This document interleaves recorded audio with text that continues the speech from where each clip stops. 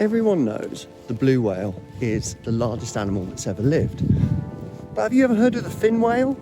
Well, the fin whale is the second largest animal that's ever lived. When we talk about the fin whale, we just kind of use similar facts as we do about the blue whale. Oh, it's really big, but not as big. Oh, it's really heavy, but not as heavy. So let's actually explore the wonder of the fin whale and why it's so important to our ocean ecosystem. So the fin whale, while it isn't as big as the blue whale, we've established that it is one of the fastest whales in the sea. It's basically like a giant swimming super yacht, and it's kind of got this perfect balance between being streamlined and being big.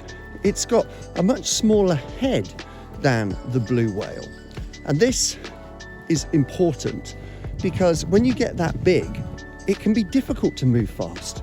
You tend to move slow, but the fin whale completely kind of pushes that out the way and balances being really big with being really streamlined so it can be really, really fast.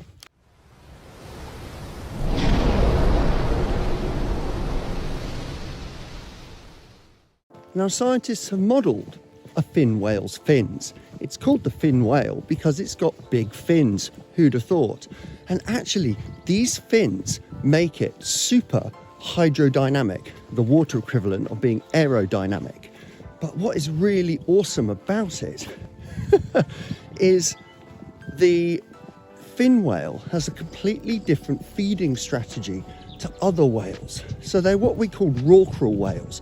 And when they feed, they open their mouths, they take in all of that water, they swallow it all, they push their tongues up against the roof of the mouth, and then they force all the water out through their baleen plates, these kind of layers of hair that they have inside their mouths. They filter out the water, push that outside the mouth and swallow down what they're eating. And most whales eat normally, like us. But what's incredible is the fin whale eats on its side. As it goes forwards to eat its prey, it quickly turns, as if I was going to bite a sandwich and then quickly go like that. And what this means is that the fin whale has got really, really strange colouring. Most animals in the animal kingdom have got symmetrical colouring, but the fin whale has got lopsided colouring. It's white on one side and dark on the other. So we see this a lot in the animal kingdom. We call it countershading, and you see it in birds, we see it in fish, where the tops of them, of the animal, are dark. So when you look down at them, they blend in to the land or they blend into the sea, the dark depths underneath them, and they tend to be lighter on the underside. So when you look up at them, they are camouflaged against the lighter sky or the light coming from above in the depths. But the fin whale has got this lopsided colouring, which is really interesting, and it relates back to that weird way of feeding on its side. So as it comes in to feed, what it does is switch onto the side, and we think, we're not sure, but that flash of bright colour, that flash of white, startles the prey. They kind of get stunned by it, which means that the fin whale is able to capture more of its prey and eat it. So the other cool thing about fin whales is that they are proper ecosystem engineers. Whales play a really, really important role in redistributing nutrients around our ocean.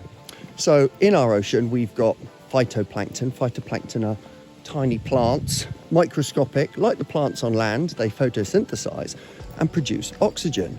These tiny plants, these phytoplankton, like all plants, need nutrients to survive. And crucially, whales help to fertilize the ocean. Whale poo is really, really high in iron, which is a micronutrient needed for photosynthesis in the ocean. And it's really high in things like phosphates and nitrates.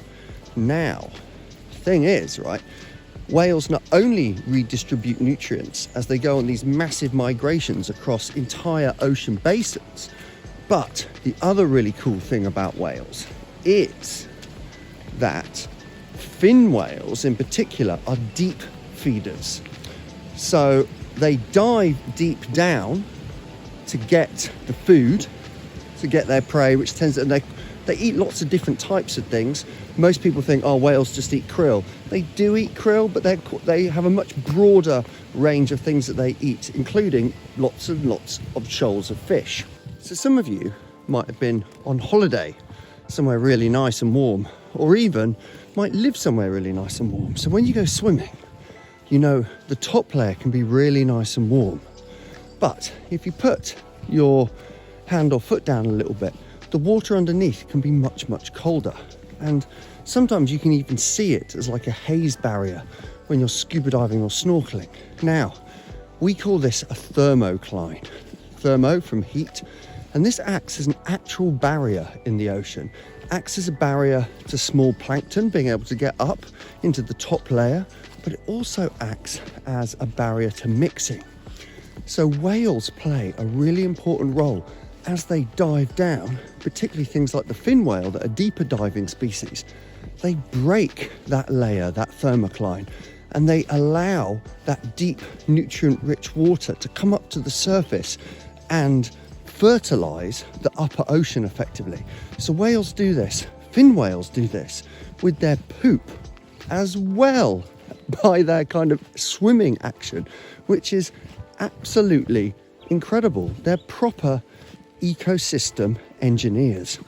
The interesting thing is that fin whales, unfortunately, were the most hunted of whales. They were the ones that were really, really hit by commercial whalers. And in fact, estimates put their current population at only 10% of what it was in the pre-industrial era. So we've really wiped out 90% of these amazing ocean giants, these amazing ecosystem engineers. Blue whales, which are close relatives, were also really badly hit. And some estimates reckon that we've only got 1% of our blue whales remaining compared to what we had 200 years ago. Again, they were really heavily whaled. So what has started to happen is blue whales and fin whales have started to get it on. They've started to hybridize, as it's known. So previously we were like, these are different species. When they make a call, they do it in different ways. They do it using different frequencies, but you know, nature finds a way.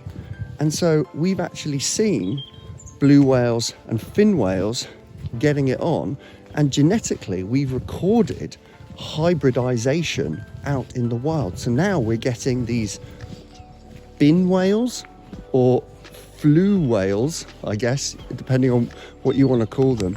But yeah, these whales that are hybrids. So I guess it's interesting that this is happening, but it's also like really worrying that, you know, when we talk about ocean conservation, we talk a lot about overfishing, we talk a lot about ocean plastic, but like, why aren't we protecting the whales a bit more? I know it sounds like a really hippie thing, but they're literally ecosystem engineers. And you think, well, that's fine. Surely no one's whaling anymore. Well, you know, we had the moratorium on whaling that was put in place in the 80s, and it's been pretty good. But there's unbelievably some countries that haven't ratified that moratorium and just go against it. We've got Japan, we've got Norway, and we've got Iceland. And when I'm talking about whaling, I'm not talking about like, you know, little small scale indigenous whaling. I'm talking about we've still got factory whaling ships going out in the ocean. So if we do want to help our ocean and help it on its pathway to recovery, we should probably look after these ocean engineers, these fin whales and these other whales. They're not just like big charismatic animals that people love. They are crucially important for the global ecosystem. Let's do it. Let's make our ocean great again.